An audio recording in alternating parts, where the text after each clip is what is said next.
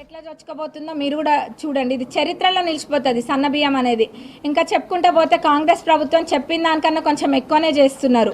యువ వికాస్ అయినా కానివ్వండి, ఇంద్రమ్మ ఇల్లు అయితే ప్రతి ఒక్కరికంటే ఒకటే ఇది ఇంద్రమ్మ రాజ్యంలో ఇంద్రమ్మ ఇల్లు, పేదలలో బహుపేదలకి ఇల్లు అందాలన్నది కాంగ్రెస్ గవర్నమెంట్ యొక్క సంకల్పం. అదే విధంగా జరుగుతాయి.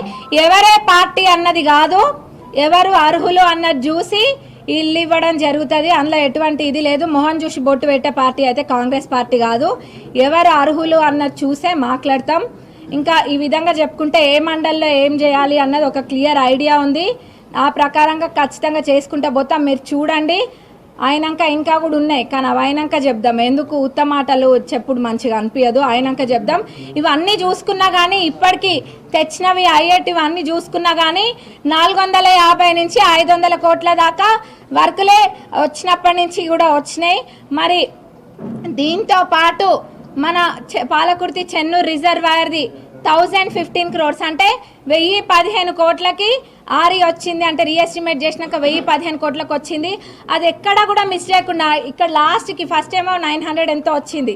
రోడ్డు మునిగిపోతుంది అని చెప్పి అది వచ్చినాక అక్కడ మనకు కనెక్టింగ్ రోడ్డు మునిగిపోతుంది అని చెప్పి అది కూడా యాడ్ చేసి ఎస్టిమేట్లో. ఎందుకంటే ఏదైనా సగం సగం పని చేసుడు అలవాటు లేదు ఎవరికైనా. వాళ్ళకి ఏదో లాభాలని వాళ్ళు ఏం చేసుకున్నారో కానీ నాకు పని మొదలు పెడితే ఆ పని కంప్లీట్గా చేయాలి. నాకు పేరు వచ్చిందా లేదా అన్నది ముఖ్యం కాదు. ఆ పని కంప్లీట్ అయిందా, ఎంత స్టాండర్డ్గా అయిందా ఆ పని అన్నది ఇంపార్టెంట్. అందుకు అది 1015 కోట్లు వచ్చింది. మరి నానబెట్టి మీకు తెలుసా గత 10 సంవత్సరాలలో ఎంత % పని అయిందో మీకు ఎవరికైనా ఐడియా ఉందా? అంత పెద్ద ప్రాజెక్టు, అంత పెద్ద రిజర్వాయర్స్ ఇవి. దానికి మొత్తం 20-25% కూడా పనులు పూర్తి కాలేదు అంటే అర్థం చేసుకోండి పాలకుర్తి చెన్నూరు రిజర్వాయర్ ఎంత నిర్లక్ష్యానికి గురైంది అన్నది అందరు కూడా ఒకసారి తప్పనిసరిగా అర్థం చేసుకోండి. ఇది డెవలప్మెంట్ విషయానికి వస్తే ఇది నా విజన్, ఇది నా ప్లానింగ్. ఎట్లా ముందుకెళ్తా అన్నదైతే చాలా క్లారిటీ ఉంది. సైజుని చూసి మటుకు మీరు అంచనాలు వేసుకోకండి. నేను ముందు కూడా చెప్పినా, ఇప్పుడు కూడా చెప్తున్నా. అమ్మాయి ఏదో చిన్నగా ఉంది, సాఫ్ట్గా ఉంది అని అనుకోకండి.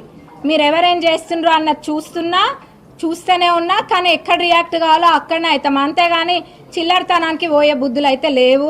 మీరు ఎంత చిల్లరతనం చేసుకుంటే మీ దుకాణం మీరే బయట పెట్టుకుంటున్నారు. దానికి మాకు ఎటువంటి ప్రాబ్లం లేదు. ఒక హుందాగా పద్ధతిగా నా పనులు ఏందో, నా డెవలప్మెంటల్ వర్క్స్ ఏందో, పార్టీ ఏందో చూసుకుంటూ నేను ముందుకెళ్తా. ఇది డెవలప్మెంట్ పక్కన పెడితే మీకు అంత అత్త కోడళ్ళ సీరియల్ ఎక్కడైనా కావాలంటే చెప్పండి. నేను ఎవరితోటైనా మాట్లాడి మరి మీకు అంత ఎంటర్టైనింగ్ ఉండాలంటే సీరియల్ ఎక్కడైనా తీపిద్దాము. నేను చూడని అంతగానో అందరు అంటూ ఉంటారు అత్త కోడళ్ళ సీరియల్ బాగా ఇంట్రెస్టింగ్ ఉంటాయని.